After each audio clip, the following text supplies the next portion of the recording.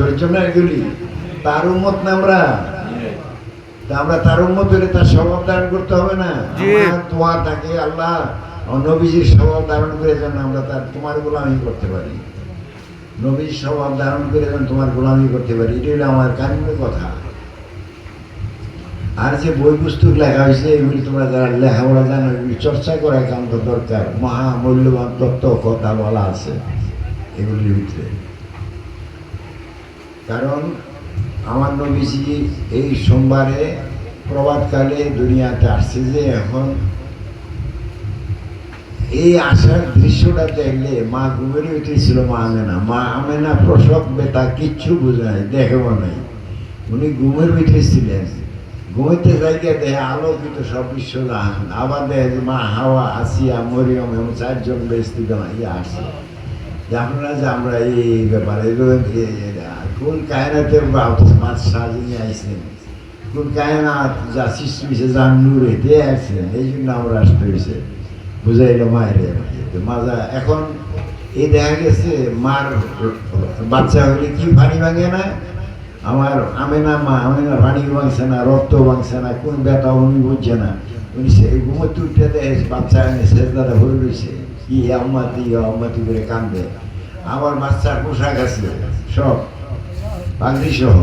আবার কি আছে খতনা করা, খতনাও লাগে না। আমার মারও গোসল লাগছে না, বাপের আর ওই পুতের গোসল লাগছে না। না লাগলে কেমন অবস্থা সৃষ্টিটা বিষয়, চিন্তার বিষয় না, এগুলি বোঝার বিষয় না। এইভাবে আমার নবী আসছে। তারপরে এটা কে দাদায় বলছে, মা মারা গেল, মা চলে, কাহিনী লম্বার দরকার নাই। মা চলে গেলেন মক্কায়, মদিনায় গেছিল বাবা আবদুল্লাহর মাজার জিয়ারত করতে পুতেরে নিয়ে।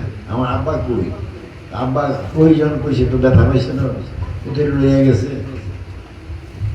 মক্কা মদিনায়। তেহাঙ্গে রাস্তায় মারা গেছে কুবাতে, কুবা নাম জায়গাটা, প্রায় 3-3.5 মাইল মক্কা থেকে মদিনা থেকে দক্ষিণ দিকে। তো সুতরাং এখানে মারা গেছে, এখানে দাফন করছে। তুমি আইমান দাসী ছিল, এই দাসী দাফন করিয়া রসুল্লাহ আমদাসী মালিক লইয়া আইয়া আব্দুল মুতালিবের কাছে হস্তান্তর করলো। ওনার বয়স 6 বছর। আব্দুল মুতালিব কি করলেন, 2 বছরের মাথায় চলে গেলেন, রুগা হইলেন। হইলে কার কাছে গেল? হযরত আব্দুল্লাহ আবু তালিবের কাছে, রসুলের চাচা আবু তালিবের কাছে গেল, আলীর আব্বার কাছে। ওনার নিয়ে লালন পালন সব কিছু উনি করছে। কত 40 বছর পর্যন্ত দায়িত্ব পালন করছে। বিয়ার শাদী পর্যন্ত রসুল্লাহ সমস্ত দায়িত্ব পালন করছে আবু তালেব। ওনার 4 ছেলে, তালেব হইল একটা বড় ছেলে, এটা কাফের ছিল। তারপর হইল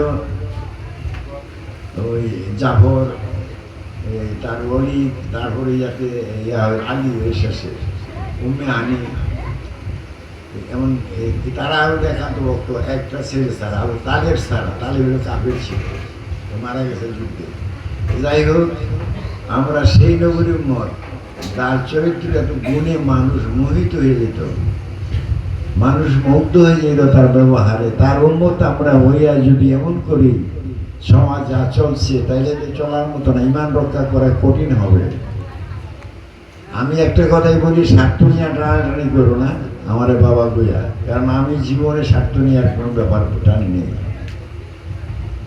এটা হোক, এটা আমি স্বার্থের চিন্তা আমি করি না। আমি করি কোন চিন্তা, আমার এই কথাগুলি বাস্তবায়িত হোক চরিত্রে। আমার আত্মজাগরণ, আত্মশোধন, অন্তর্সফর যত বই লেখা হয়েছে, কথাগুলি চরিত্রে তোমাদের চরিত্রে বাস্তবায়িত হোক, এটা হলো আমার কামনা, এটা হলো আমার কথা। বুঝছো এখন?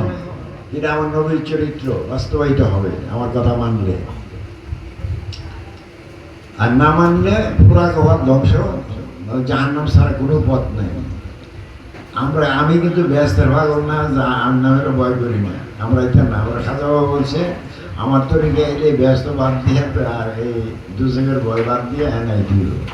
আমরা আল্লাহ নিয়ে বলতে আমি দেখি কেন আল্লাহরে নাই, আল্লাহরে রসুল বললে আল্লাহ রসুল ভাই আমরা ব্যস্ত ভাই, আমি কেন আমরা কেমন আমি করি না আর কি।